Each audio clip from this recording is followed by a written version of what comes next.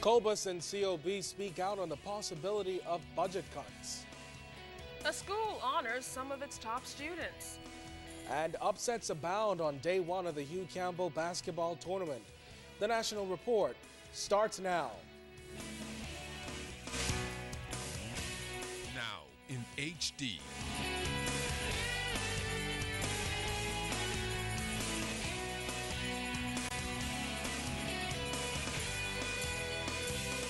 ZNS Network presents The Bahamas Tonight.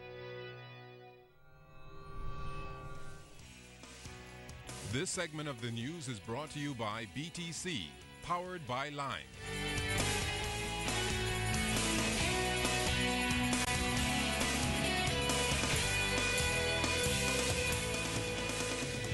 Good evening, everyone. I'm Keishla Adderley. And I'm Kendino Knowles. Topping the news tonight, the 24th annual CARICOM Heads of Government meeting wraps up today in Port-au-Prince, Haiti. CARICOM leaders, including Prime Minister Perry Christie, are holding intense discussions on a number of issues affecting the region, with security topping the list. Our Opal Roach is in Haiti and has the latest details on the meeting. And the push to strengthen crime-fighting initiatives as regional countries share similar problems in the crime war. Heading crime and security talks in Port-au-Prince, Haiti, National Security Minister, the Honorable Dr. DJ Notich, says he and colleague ministers convinced their leaders to adopt 14 strategies which they think will drive down those crime figures. They include cracking gang rings, improved border patrol, implementing youth programs, judicial reform and education, and training for prosecutors. Now, over the course of a year, these measures will be implemented, and if successful, we should see a change. He feels the strategies are workable, and they will assist in ridding the streets of guns. Now, Prime Minister, the Right Honorable Perry Christie, welcomes the recommendations as he expressed a concern about the infiltration of guns into the Bahamas and the region. He addressed this issue with the U.S. Attorney General Eric Holder, calling for the United States to do more to assist the smaller islands in the crime fight. The Prime Minister says people should feel safe and secured, and government should not compromise in this area. As for illegal migration, Prime Minister Christie says coming to Haiti again gives him a better understanding of the grave situation in this country. However, he says the Bahamas bears the brunt of the illegal migration burden in the region. And with hundreds already making it to our shores this year, the Prime Minister says we must strengthen efforts to address this ongoing concern. Now, the Haitian president has indicated that Haiti is ripe with opportunities and open for investments, noting that this may be one way to stop the mass exodus. But regional leaders all agree that opportunities must be attractive. In Port-au-Prince, Haiti, I'm Opal Roach, ZNS Network News.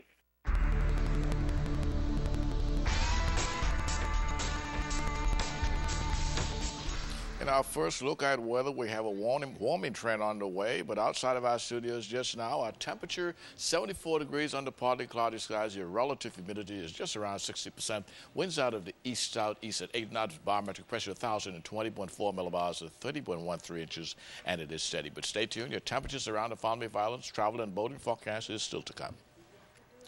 Thanks, Basil. Well, some serious questions have surfaced over the operations of urban renewal, particularly about accountability, lack of communication, and the abrupt dismantling of one of the program's core centers. Well, our Andrew Knowles tells us about the disturbing findings by members of the Bain and Grantstown East Advisory Board. That was solid, as a number of community programs were established in Bain and Grantstown East by this office, and for the most part beneficial to those in need. Take, for instance, the expansion of educational programs to assist the unemployed. But while much has been accomplished, the advisory board says its existence is now in jeopardy. If the board in the East is to be dismantled, then please let us know. What is the focus of urban renewal?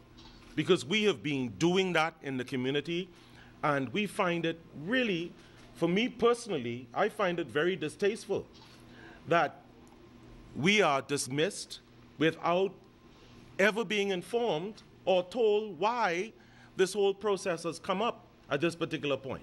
Canon Basiltine says for the last month, the board has been seeking answers from those in authority as to whether there would be a merger of Urban Renewal's East and West office, but to no avail. It has caused great concern for us because it's put everything in the advisory board in the East into limbo. And so we have no idea what is happening and what is going on. To make matters even worse, the advisory board expressed concerns over issues of accountability, key to the success of the program. Board members questioned how donated funds are allocated. The Prime Minister, I'm going to call him out, he said that the urban renewal was his baby. Then boy, this baby. Let us see this baby come to the forefront. Boy, this baby. We want to see. We're not asking, we're not begging. We need this. There are funds that have been donated. We know of funds that have been donated. Where are they going? Who is in control of this? We need to be accountable for this. It's the money that's donated for the communities. We want that money and we want it now because it was donated for such a time as this, for such a purpose as this. For me, the greatest concern that I have is that some members of the Royal Bahamas Police Force who are assigned to urban renewal are personally raising funds and are not accountable for it. Board Chairman Rodney Munker also took issue with the redeployment of 2 officers without explanation. Munker says the 2 officers assisted greatly with establishing several initiatives in the area. They moved the officers. They have not bought any replacement, so there is no patrol. As a result of that, we have had a number of murders. Well, at least definitely one murder that I can think of. We have had a series of crimes taking place in the community. Andrew Knowles, ZNS Network News. Meantime, Urban Renewal co-chair Algernon Allen is responding to the board's claims. Mr. Allen would only say that the Urban Renewal Commission is seeking to restructure the program, which he says has been systematically dismantled. With reference to the redeployment of police officers, Mr. Allen said the commission has nothing to do with the removal of officers, and such queries should be addressed through the Commissioner of Police. Meantime, a proposed decision by the government to consider reducing subventions to the College of the Bahamas by 25% over the next fiscal year and to slash subsidies to the college by no less than 45% over the next 5 years isn't sitting well with executives of the College of the Bahamas Union of Students, or COBUS as they are known.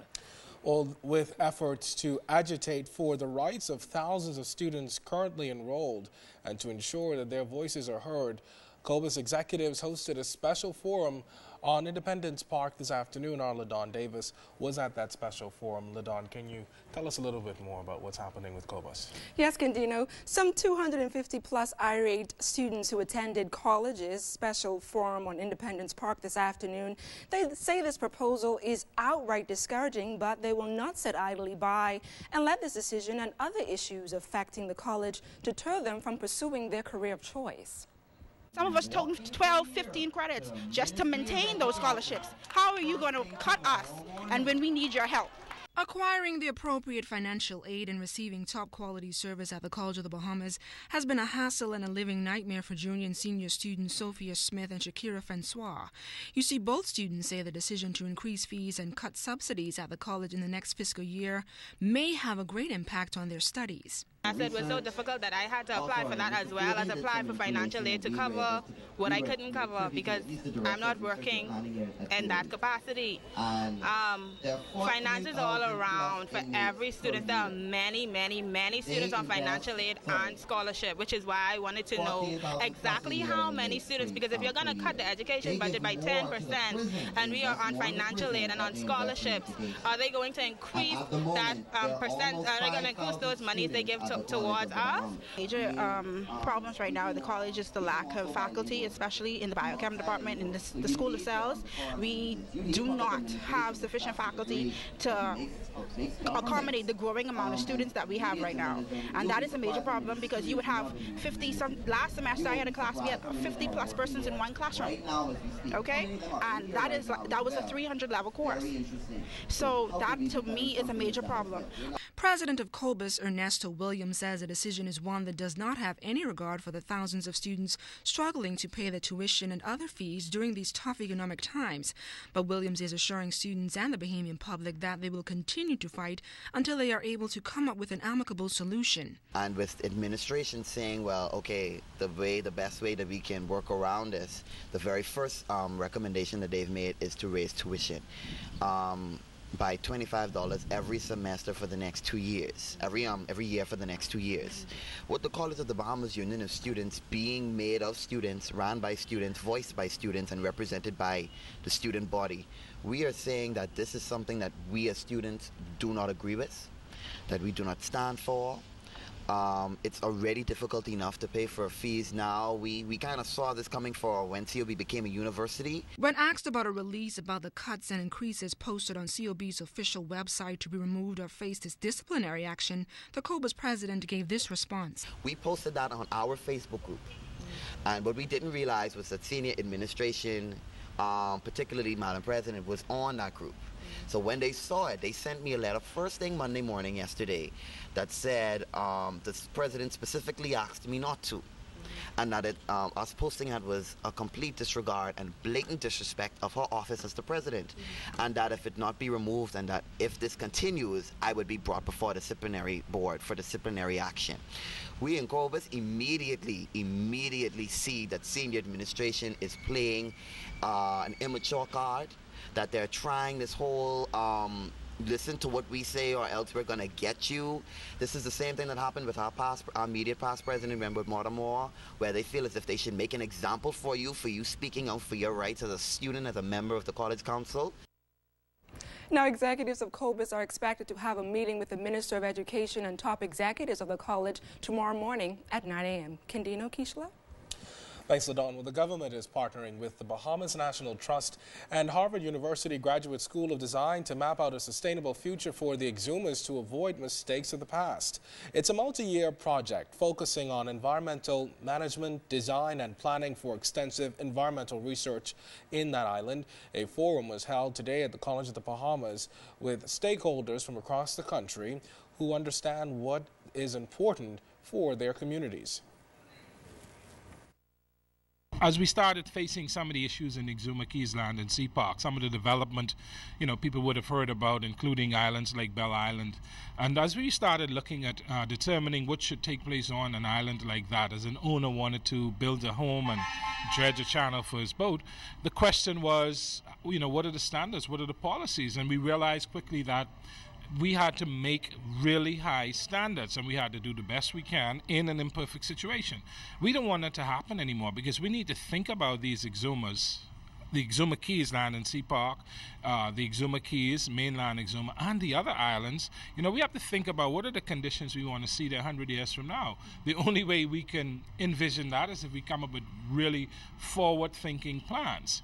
Harvard has come down, and a number of persons have called and said, oh, you all bring it in Harvard, they're going to develop some fancy pants plan that won't be implemented, that won't work for the Bahamas. But that's the furthest from the truth as we could be. What Harvard has come in is to lend its expertise, lend its resources to facilitate the process. Now, Mr. Carey says at the end of this process, they would want to come up with a good land use model that can also be replicated for other family islands.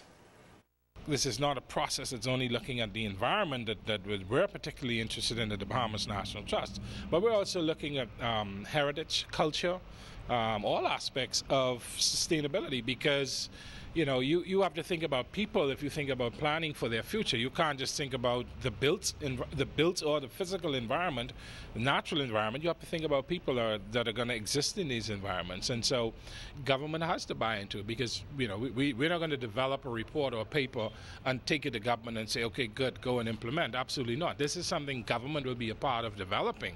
And once the process is complete, then DPM will take to his colleagues at cabinet a process that he has had his staff and him personally been involved in. Well, still ahead tonight, we'll tell you about the latest initiative of the Lead Institute. And the Hugh Campbell basketball tournament moves into day one. We've got full highlights coming up You're watching The Bahamas Tonight.